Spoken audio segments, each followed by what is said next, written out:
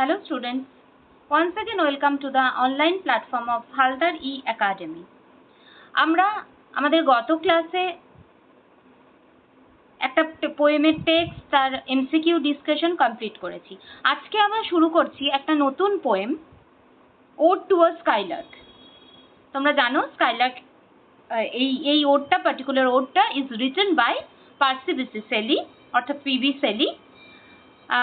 এই টেক্সটটা ভীষণ ইম্পর্টেন্ট এমসিকিউ এর পার্সপেক্টিভ থেকে, আপকামিং মাদ্রাসা বলো বা এসএলএসটি বলো সেই এক্সামের পার্সপেক্টিভে আমরা এই কবিতাটা যে স্ট্র্যাটেজিতে পড়বো, যেরকম ঠিক আমরা ওয়েস্ট উইংটা করেছিলাম, অর্থাৎ কবিতার in detailed line by line পুরো অ্যানালাইসিস আমরা করব এবং তারপর প্রত্যেকটা পোয়েমের যে প্রত্যেকটা স্ট্যাঞ্জা রয়েছে সেই প্রত্যেকটা স্ট্যাঞ্জা থেকে ইম্পর্টেন্ট রেটরিক অর্থাৎ ফিগার অফ স্পিচ ডিসকাশন করব।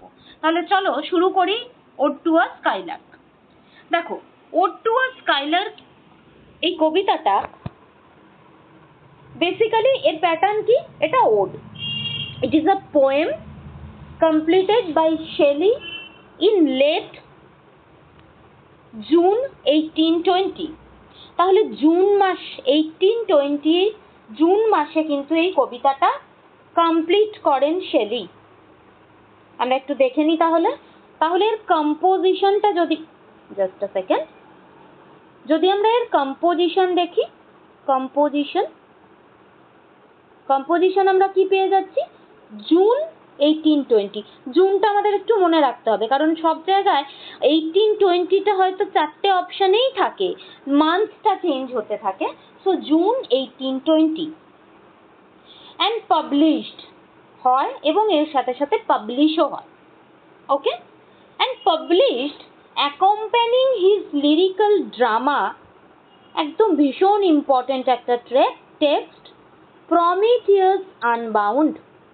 ওকে, প্রমিথিয়াস আনবাউন্ড। এই প্রমিথিয়াস আনবাউন্ড যে টেক্সটটা, সেটা এতে কবিতাটা প্রকাশিত হয়, ওড টু আ স্কাইলার্ক। এবং পাবলিশার কারা ছিলেন? এই নাম দুটো খুব ইম্পর্টেন্ট। সমস্ত এক্সামে নেট সেট বছর বছর ধরে, কেন জানি না, এই পাবলিশারদের নাম দুটো কোয়েশ্চেন সেটারদের ভীষণ পছন্দের নাম।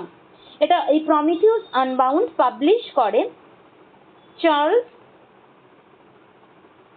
And James অলিয়ার। ওকে, নাম দুটো কিন্তু একটু মনে রাখতে হবে, চার্লস অ্যান্ড জেমস অলিয়ার, এবং এটা পাবলিশ হয় কিন্তু লন্ডনে।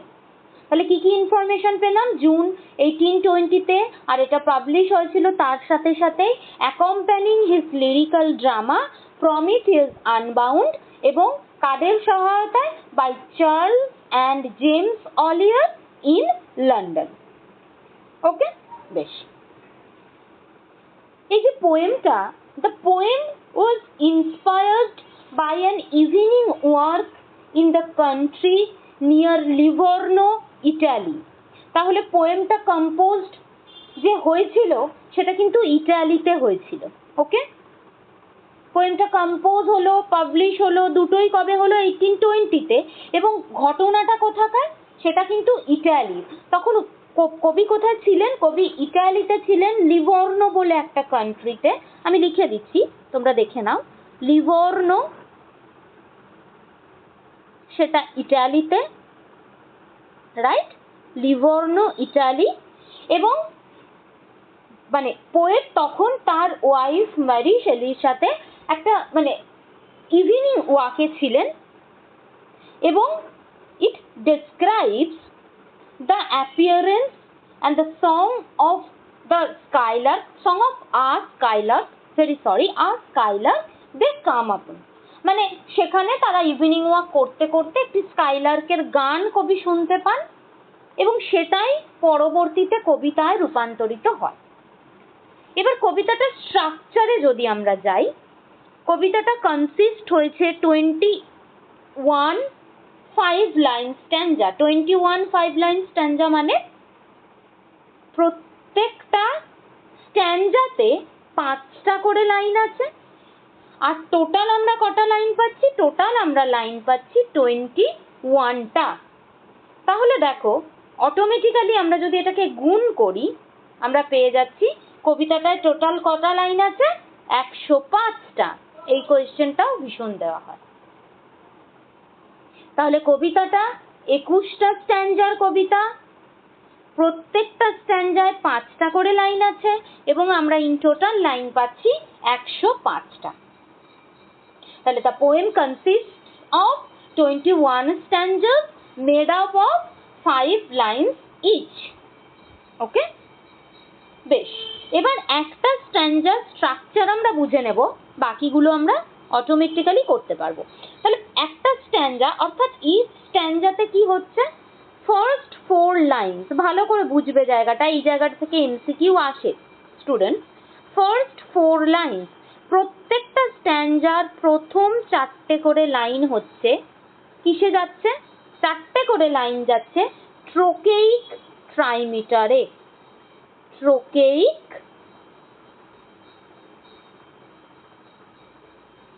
ট্রোকেইক ট্রাইমিটার। ওকে, তাহলে প্রথম 4টে লাইন আমরা পেলাম ট্রোকেইক ট্রাইমিটার। তাহলে পরে কি রইলো আমার? 5th লাইন পরে রইলো। 5th লাইনটা যাচ্ছে iambic hexameter. Iambic hexameter. Iambic hexameter. এই আয়াম্বিক হেক্সামিটারের আবার একটা অল্টারনেটিভ নেম আছে, যেটাকে কি বলা হয়?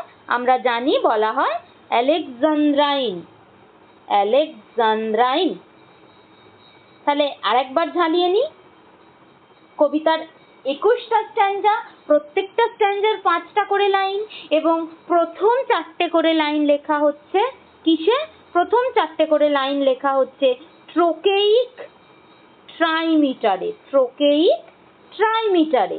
আর একদম 5 নম্বর অর্থাৎ 5th লাইনটা লেখা হচ্ছে আয়াম্বিক হেক্সামিটারে, সেটারই একটা অল্টারনেটিভ নেম হচ্ছে আলেকজান্দ্রাইন। এবার আমরা দেখে নেব যে রাইম স্কিম কি।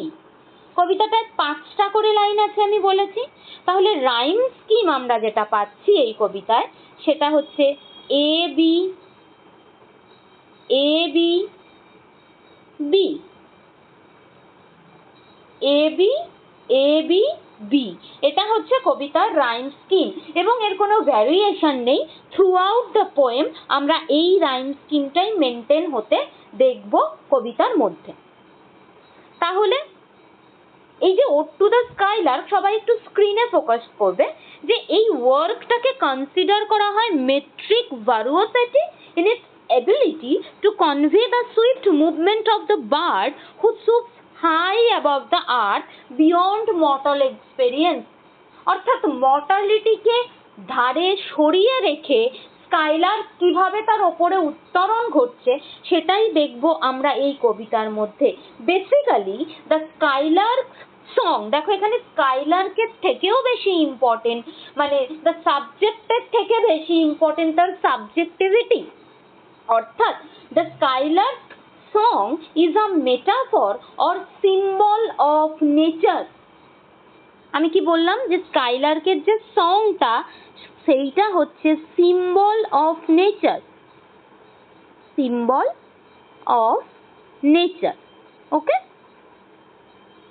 তাহলে the poem is basically infused with pathos because he knows, he means the poet Shelley knows that this is an elusive quest। elusive quest মানে তিনি জানেন যে এটা তার মন গড়া বানানো একটা তৈরি করা জগৎ, যেটা তিনি অ্যাচিভ করতে চাইছেন বাট পারছেন না।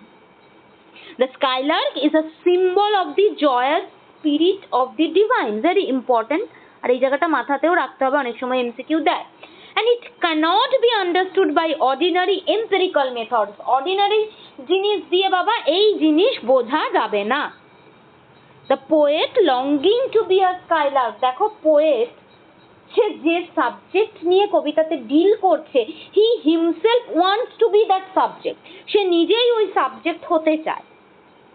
and muses that the bird has never experienced the disappointments and disillusionments and despair and negativity, mortality of human life. কারণ স্কাইলার্ক কোনোদিন হিউম্যান লাইফের এই যে এত প্রবলেম সেগুলোর কোনোটাই সে কোনোদিনও সাফার কখনো করেনি। So the skylark is his greatest natural metaphor for pure poetic expression. পোয়েটের পিওর পোয়েটিক এক্সপ্রেশনের বহিঃপ্রকাশ হচ্ছে স্কাইলার্ক। আর এই যে পোয়েমটা অর্থাৎ ode to a skylark remains a quintessential example of romantic poetry.